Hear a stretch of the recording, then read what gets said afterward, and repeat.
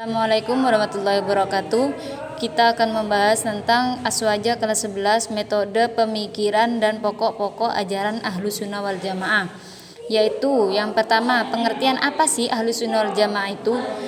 Ahlus Sunnah wal Jamaah secara bahasa, kata ahlu itu berarti keluarga atau golongan. Sunnah itu adalah segala sesuatu yang telah diajarkan atau bersumber dari Rasulullah. Jamaah sendiri juga berarti golongan atau kumpulan atau kelompok. Jadi kalau digabungkan, Ahlus Sunnah wal Jamaah berarti golongan atau orang-orang yang selalu setia mengikuti sunnah-sunnah Rasulullah. Mana bukti kalau Ahlus Sunnah wal Jamaah itu ada? Yaitu dalam dalil Rasulullah, dalil-dalil yang berhubungan dengan Ahlus Sunnah wal Jamaah. Yang pertama melalui sabda Rasulullah, "Alaikum bisunnati wa sunnati khulafaur rasyidin." Berpegang teguhlah kamu kepada sunnahku dan sunnah khulafaur rasyidin. Maksudnya di sini Rasulullah sudah mengatakan berpegang teguhlah kepada sunnahku. Sunnahku yaitu apa? Yaitu semua ajaran-ajaranku. Berarti orang yang berpegang teguh kepada sunnah Rasulullah itu berarti golongan Ahlus Sunnah wal Jamaah. Begitu juga dalil yang dikatakan oleh Syekh Abdul Qadir Al-Jailani dalam kitab Al-Ghunniyah li Talibit Thariqil Haq. Itu juga dengan dikatakan oleh Kiai Haji Hasyim Asy'ari dalam kitab Ziyadatut Ta'liq, bukti bahwa Ahlus Sunnah wal Jamaah itu ada. Lalu secara umum para ulama itu mengartikan Ahlus Sunnah wal Jamaah itu ada dua pengertian. Ahlus Sunnah wal Jamaah itu sudah ada sejak zaman Nabi. Sudah ada sejak zaman Nabi Muhammad. Setelah itu kenapa kok ada sejak zaman Nabi? Kan segala golongan yang mengikuti ajarannya Rasulullah, berarti itu sudah sejak zaman Nabi itu sudah ada golongan tersebut. Cuman penamaannya mulai dari munculnya Kiai Haji Abu Hasan, Imam Abu Hasan Al-Asy'ari dan Imam Abu Mansur Al-Maturidi. Sedangkan golongan yang mengikuti Abu Hasan Al-Asy'ari merupakan golongan Al-Asy'ariyah. Kalau golongan yang mengikuti Imam Abu Mansur Al-Maturidi berarti golongan Al-Maturidiyah. Itu pengertiannya. Kemudian metode pemikiran Ahlus Sunnah wal Jamaah. Metode pemikirannya itu ada 3 dalam bidang akidah, fikih, dan tasawuf.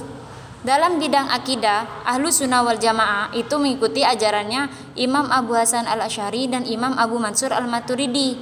Sedangkan bidang fikih mengikuti 4 madhab. Sedangkan imam tasawuf yaitu mengikuti para tokoh-tokoh sufi, salah satunya Imam Junaid Al-Baghdadi dan Imam Al-Ghazali. Sekarang mengenai bidang akidah. Bidang akidah itu apa sih? Akidah itu adalah keimanan. Jadi rukun iman umat manusia terutama golongan Ahlus Sunnah wal Jamaah itu rukun iman ada 6. Semua umat muslim sama rukun imannya ada 6. Yang pertama, iman kepada Allah. Bukan hanya iman Allah, percaya bahwa Allah itu ada, tapi juga harus mengetahui apa saja sifat wajib Allah, sifat mustahil Allah, sifat jaiz Allah. Sifat wajib bagi Allah itu ada 20, wujud, qidam, baqa hingga kaunuhu mutakalliman. Sedangkan yang sifat mustahil yaitu adam, hudusun, fana yang dalam kurung ibu itu, tulisan pakai bolpen. Kemudian sifat jaiz Allah itu apa?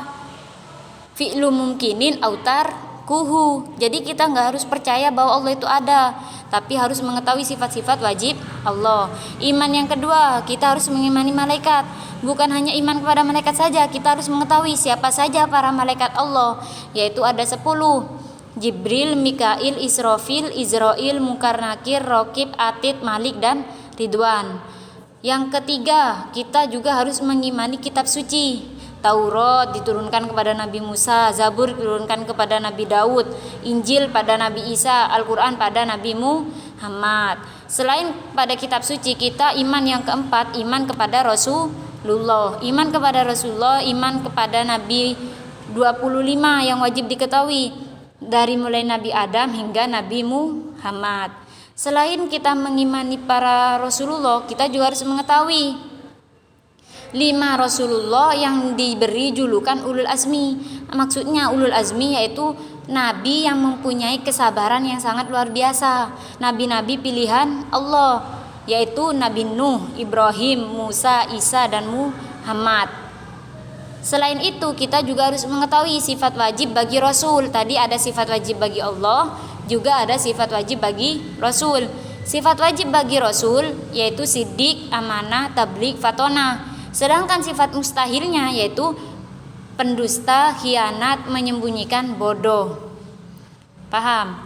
Lalu iman yang kelima, kita iman kepada hari kiamat.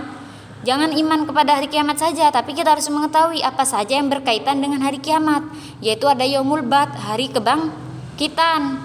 Manusia nanti ini semuanya akan dibangkitkan kembali. Setelah dibangkitkan kembali, dikumpulkan di padang mahsyar, lalu manusia semua yang tersebut setelah kiamat nanti akan ada namanya yaumul hisab, hari perhitungan. Amalnya ditimbang antara yang baik dan yang buruk. Yang kanan nanti golongan yumna, yang kiri golongan yusro. Itu nanti setelah ditimbang. Lalu manusia itu akan meniti namanya titian sirotol mustaqim, jembatan sirotol mustaqim. Nanti yang keempat, menerima catatan amal baik dan buruk. Kalau dia golongan kanan berarti dia golongan ashabul yamin. Kalau golongan kiri ashabul yusro atau ashabus shimal. Tentang neraka dan surga, kalau orang yang tidak beriman kepada Allah dia akan masuk neraka, dan orang yang beriman kepada Allah akan masuk surga. Kan tetapi gak semuanya, tergantung amal ibadah. Tapi orang Islam insya Allah akan masuk surga. Berbeda dengan orang yang tidak mengimani Allah sama sekali. Di antara perbedaan ajaran Ahlussunnah wal Jamaah dengan golongan lain, yaitu ini mulai dari yang sub A sampai sub P. Itu.